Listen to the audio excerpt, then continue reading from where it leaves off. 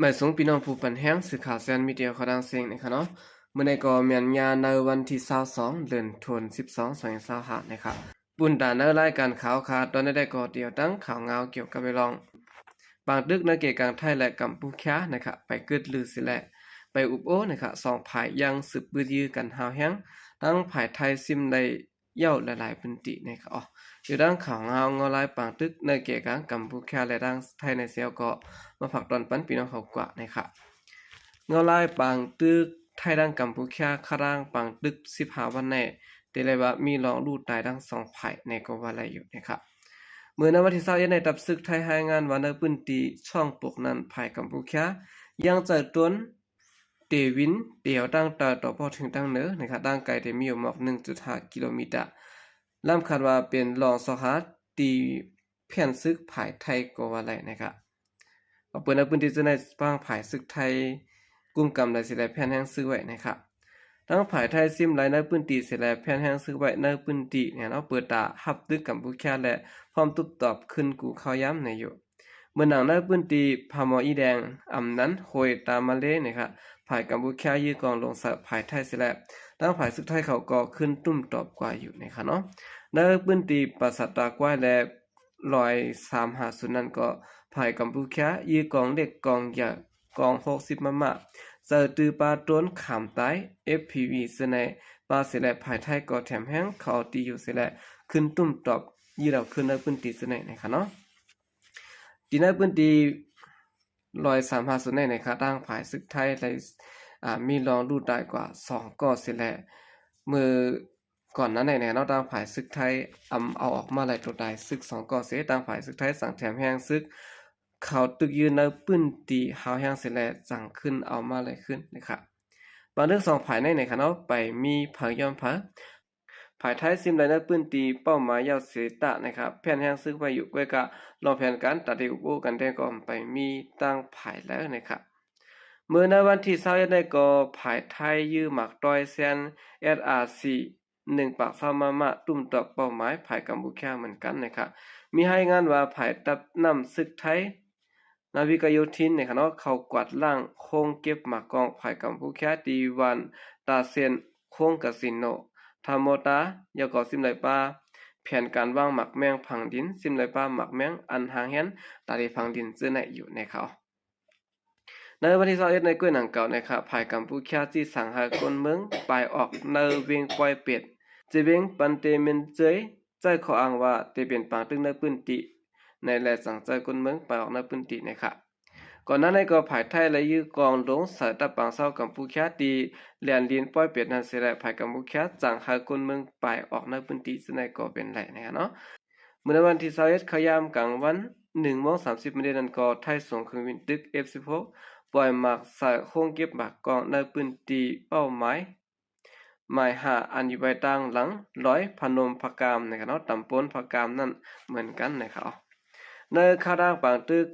กันมาในภายกัมพูชาก็ยืดต้นสดแหนมต่างภายศึกไทยตัวไหล1ลำเหมือนกันลองลู่ตายภายไทยแต่ก็มีลองลู่ตายยอม22เกาะเนี่ยเนาะภายกัมพูชาได้ก็มีลองรายงานเตียดต่อเหมือนภายไทยและไลฮูจอมลองลู่ตายมาเจ็บตั้งภายเขาลีลี่นะครับ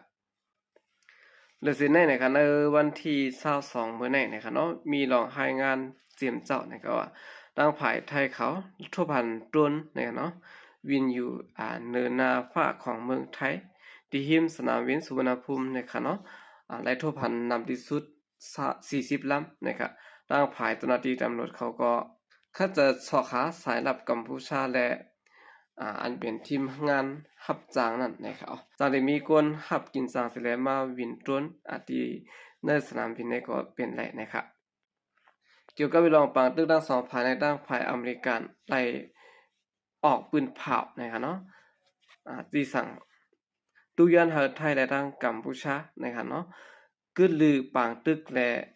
ถอนกองลงกองอ่อนออกจอมในพื้นที่แหลนดิน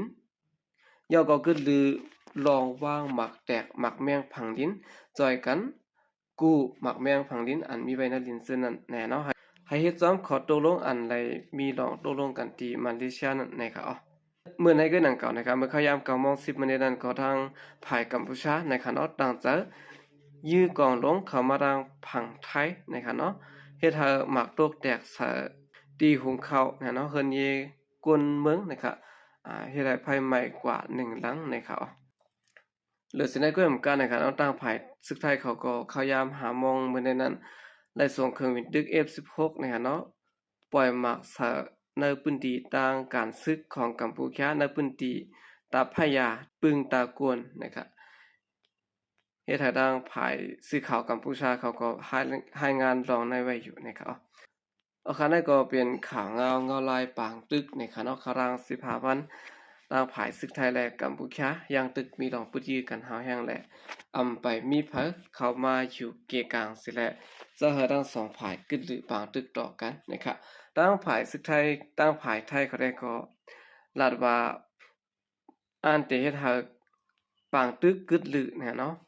ก่อนปีใหม่ในเซ็งนะครับเมื่อใดก็ในวันที่22อย่างแน่เนาะปางตึกยังไปมีรองอุปโภคงบงี้กันซังนะครับสืบแนวข่าวขึ้นมาถ่อมด้วยข่าวเงาเกี่ยวกับไปลองในวันเหลียวกล้วยนะครับมีรองหมักแตกที่ในเวียงลาเซียว3อองตีเฮ็ดให้คนเมืองโกเฮนะครับเมื่อวันที่21เดือนธันวาคม2025ในนะครับเนาะข่าวยามหัวค่ำหมอก5 โมงที่ในเวียงลาเซียวซึ่งใต้ปะทองอันของสิซึกมันกุ้มกำไว้นั้นมีรองหมักแตกยอม3ตีในคนเมืองลาเซียวก็1ลัดนี่นั่นแหละอันเป็นรองหมักแตกในนอกเดเสษเปลี่ยนกว่าตีลุมปอกหาและลุมปอก2นั้นยาวเมื่อขยามกลางได้หมอก11 โมงนั้นก็ตีเนอร์ปอก12อันกวนกึ้นขอนนำนั้นก็เป็นรองหมักแตกว่านะครับเกี่ยวลองในก้นลาเซียวก็1ลัดเนี่ยว่าและยินว่าเข้ายามหัวค่ำในแตกเนอร์ปอกลอยเหี่ยวจำกันตั้งลุมพองงำปอก2ในแหละลุมปอกหาในเขาอันแตกแทงยามหัวค่ำตั้ง2ลูกในตีเป็นหมักแสนอันเฮ็ดเอาหังก้วยมีลองตุ้มเตอก้นสังขารไหนเมื่อว่าในขึ้นได้ยินเสียงหมักแตกซึ่งไหนมันเฮ็ดให้คนเมืองอ่อนกันตกสะแตกเขาอันแตกที่เป้า12เมื่อกลางได้ซ้ำออกตีก้นขึ้นขอนน้ำลองตุ้มเตอกาหือเป็นเสื้อหือในได้ก่อนไปแล้วหุจอมบันนะคะลองหมักแตกในเวียงลาเสียวในแลเปลี่ยนนำมือจุ่มยุบกองกลางเขาปันพังอย่าไปหาคนเมืองเขาปะซ้อมปางเลือกต่างอันของสิซึกมาเตจัดเฮ็ดนั้นกุ้ยไหนกุมนพื้นที่10 ลัดนี่นะไหนยามเดียวของสิซึกมาแลปลิกปดาซึกมานเขานะครับตั้งตึกกว่ากดทัดด้วยอองตีอันหมากแตกนั่นอยู่สิแหละหมากอันแปดแตกนั่นก็ตึกกึดมีอยู่ในเขาของสิซึกมันทางเฮียนตะลิสะเฮ็ดปางเลือกตั้งในวันที่28 เดือนธันวาคมในอยู่เสตะอองตีเลือกตั้ง40 ปลายเสตั้งภายซุ่มลูกพื้นเขาเลยปันพางไว้ว่าอย่าไปหาคนเมืองเขาบ้าเกี่ยวของซ้อมปางเลือกตั้งอันของสิซึกมันจัดเฮ็ดในสิแหละย้อนเปลี่ยนรองหมักแตกแหละมันติเฮ็ดให้คนเมืองกูเฮเสฮัดก่อปันเสียงตอนแคบกลางสายและก้นกอดรถแคบกลางสายกอดตีสร้างรถย่อมกว่าน้ำบันนะครับโอเคนี่ก็เป็นข่าวเงาลายตีเวงลาเซียวเนี่ยเนาะมีก้นหำหุดจุ้มเนี่ยเนาะมาห่างหมักแตกไว้ที่ในสิเวงลาเซียวจะเฮ็ดให้มีรองหมักแตกกว่า3 ลูกนะครับโอเคกำลังสุดได้ก็ยินจมนับยองคงมันถึงพี่น้องผู้กำแถมปัญหาเขาดังเสียงอยู่ค่ะยินจมนับยองแม่นำเสข่าวใจก็เรียกมาส่งค่ะ